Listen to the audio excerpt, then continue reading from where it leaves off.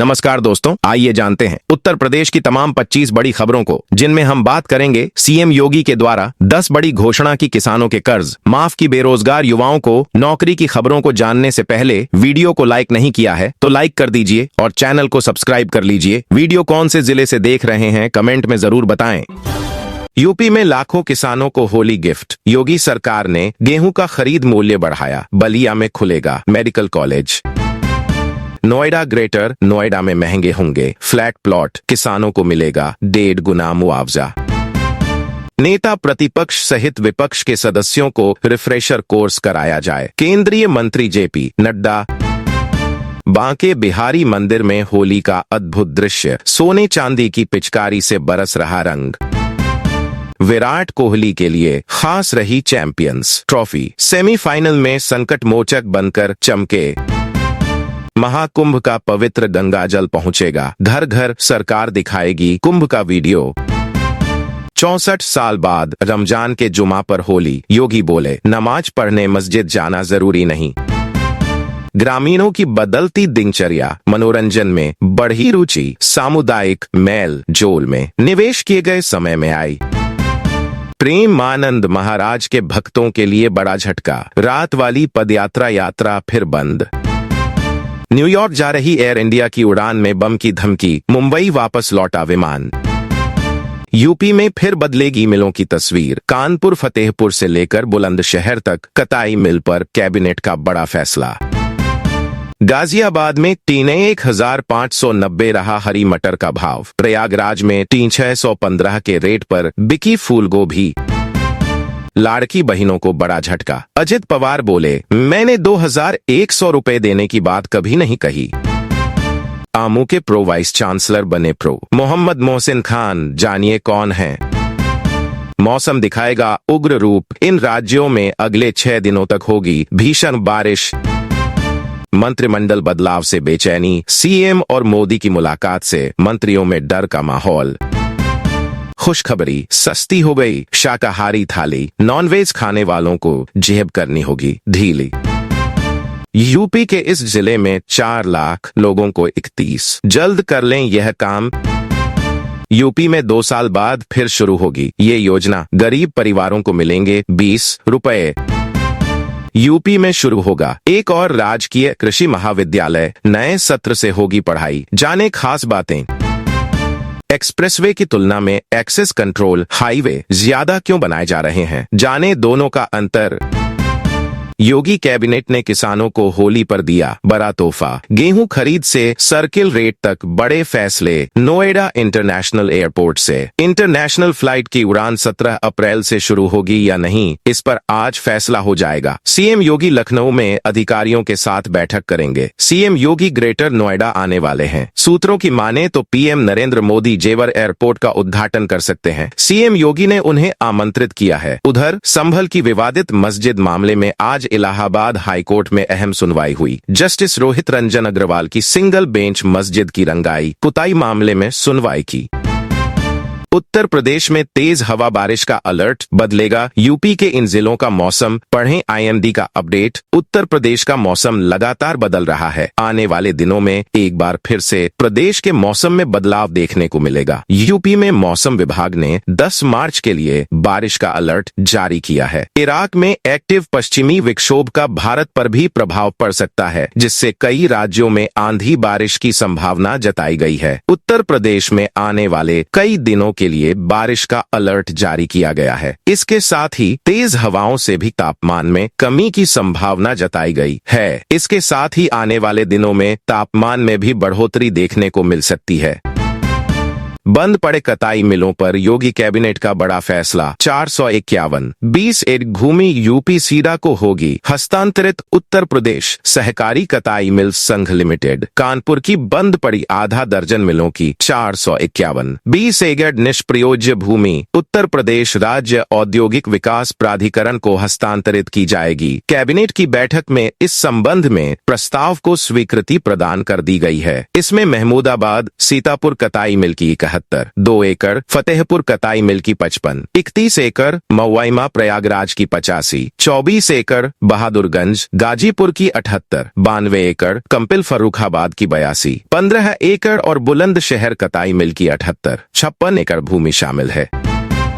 किसान रजिस्ट्री और फसल सर्वे के लिए कृषि मंत्रालय ने केंद्र से मांगे 12,000 करोड़। जाने केंद्र सरकार ने साल 2027 तक 11 करोड़ किसानों को किसान आईडी के माध्यम से डिजिटल पहचान देने का लक्ष्य रखा है। कई राज्यों में किसान आईडी बनाने का काम चल रहा है। इस बीच कृषि मंत्रालय ने वित्त मंत्रालय से वित्त वर्ष 2025 रजिस्ट्री बनाने के लिए विशेष केंद्रीय सहायता का विस्तार करने और इसके आवंटन को दोगुना कर 10,000 करोड़ रुपए करने की मांग की है। सरकार ने वित्त वर्ष 2024-25 में 6 करोड़ किसानों को डिजिटल पहचान देने का लक्ष्य निर्धारित किया है। इस साल के दौरान खरीफ सीजन में 400 जिलों में डिजिटल फसल सर्वे किया जाएगा।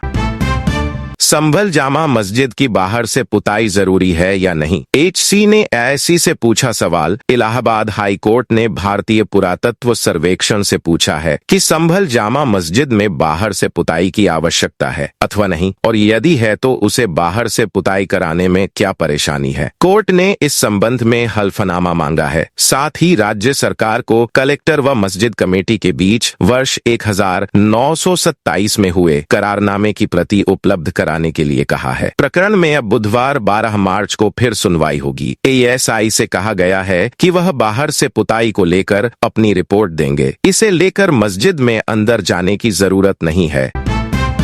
महाकुंभ समापन के 11 दिन बाद जिन्हें भीड़ से लगता था डर, वो अब कर रहे स्नान। मेरा नाम कौशल सिंह है। मैं सतना मध्य प्रदेश से आया हूँ। मैं अपनी बहन के साथ संगम में पवित्र डुबकी लगाने आया हूँ। महाकुंभ में काफी भीड़ आ रही थी। भीड़ को देखने के बाद घर वालों की हिम्मत नहीं हाय पाई कि मुझे संगम नहाने भेज दें। घर वालों ने कहा कि पुण्य तो ठीक है, पर सबसे जरूरी सुरक्षा है। जब भीड़ कम होगी तब नहाने चले जाना। न गंगा मैया कहीं जा रही हैं और न ही संगम। महाकुंभ के समापन के 11 दिन बीत चुके हैं, लेकिन इसके बाद भी संगम में श्रद्धालुओं के आने का सिलसिला जारी है। इसके बाद कई किलोमीटर जाम भी लगा था।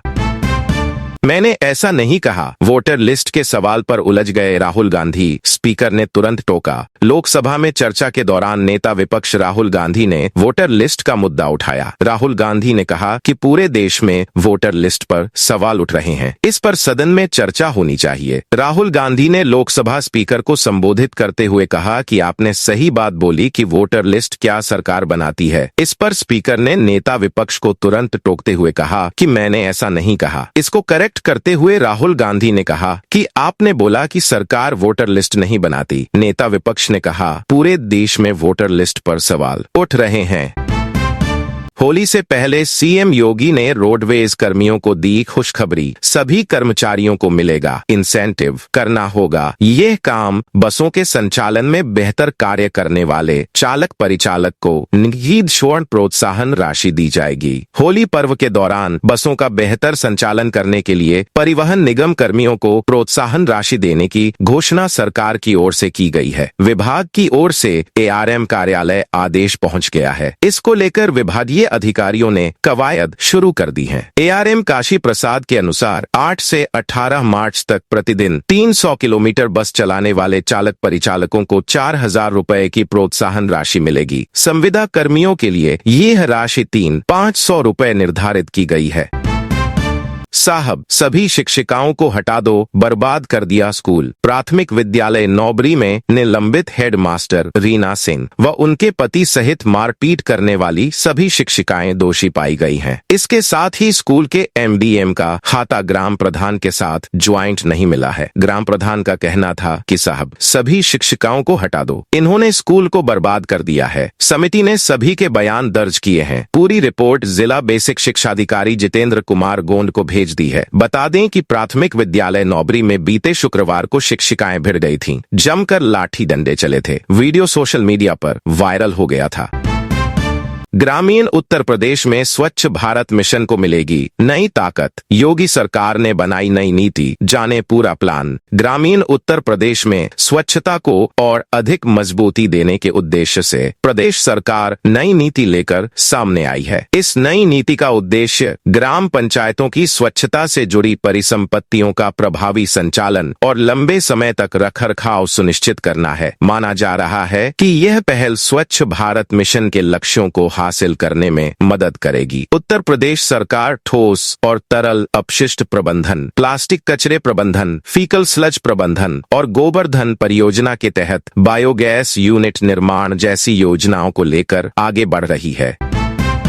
यूपी में भी जन्म प्रमाण पत्र नियमों में बदलाव, फटाफट कर लें आवेदन, ऑनलाइन ऑफलाइन ऐसे करें आवेदन। यूपी में जन्म प्रमाण पत्र से जुड़े नियमों में बदलाव किया गया है। नया जन्म प्रमाण पत्र बनवाना हो या जन्म प्रमाण पत्र में किसी भी तरह का सुधार करवाना हो तो 27 अप्रैल 2026 से पहले आवेदन करना अनिवार्य कर दिया गया है। 26 अप्रैल के बाद नया जन्म प्रमाण पत्र जारी नहीं किया जाएगा, न ही जन्म प्रमाण पत्र में कोई संशोधन किया जाएगा। जन्म प्रमाण पत्र के नियमों में बदलाव किया गया है। पहले जन्म प्रमाण पत्र के लिए आवेदन केवल 15 वर्षों के भीतर किया जा सकता था। अब 15 साल की बाध्यता को खत्म कर दिया गया है।